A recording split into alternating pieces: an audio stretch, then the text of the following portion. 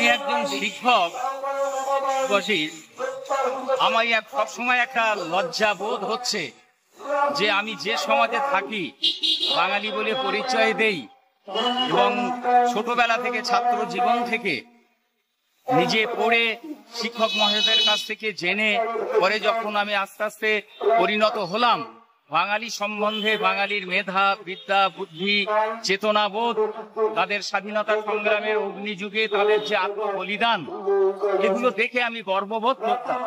কিন্তু আজকের দিনে এক শ্রেণীর রাজনৈতিক দল ক্ষমতায় থাকার জন্য তারা যে ধরনের নিকৃষ্ট মানসিকতার পরিচয় দিচ্ছে, সেই আমার শিবনাথ শাস্ত্রীর কথা, রামসুন্দর ত্রিবেদীর কথা মনে পড়ে।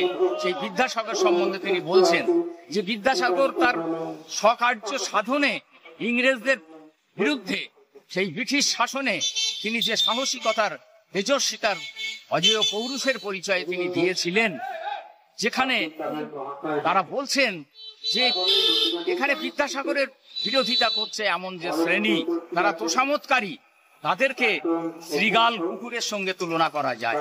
বা আমার আজকের দিনে যারা এইভাবে চুপচাপ বসে আছে, যে সমস্ত রাজনৈতিক নেতৃত্ব যারা এই বিষয়গুলোকে শুধু রাজনৈতিক ক্ষমতায় থাকার ব্যাপারে তাদের কৌশল ম্যানুফ্যাকচারকে নিয়ে তারা আন্দোলনে নামছে, এবং এই যারা আরজিকর হসপিটালে যে সমস্ত শিক্ষিত ডাক্তারগুলো ছিলেন, যারা গোপনে মিটিং এ ছিলেন, অন্য ডাক্তার বাবুদের সেই মিটিং এ যোগদান করতে দেননি, যারা নার্সরা ছিল, যারা স্বাস্থ্যকর্মীরা ছিল, তারা আজকে নীরব।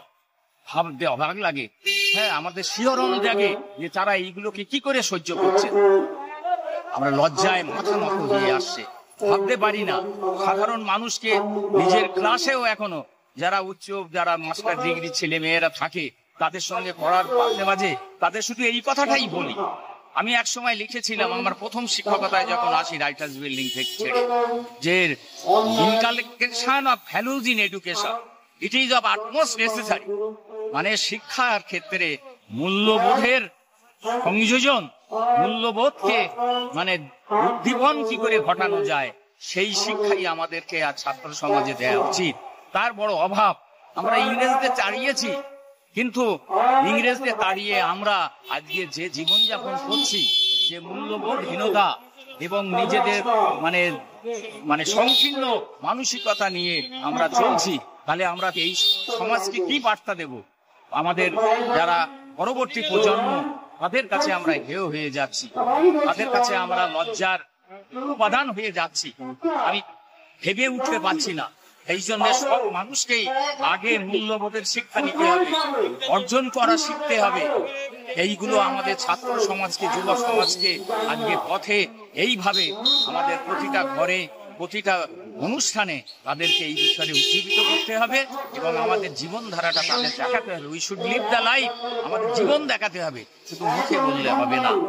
আমরা সমস্ত মানব সমাজের কাছে আমাদের আজকে এই বার্তাটা দিতে হবে বলে আমি মনে করছি।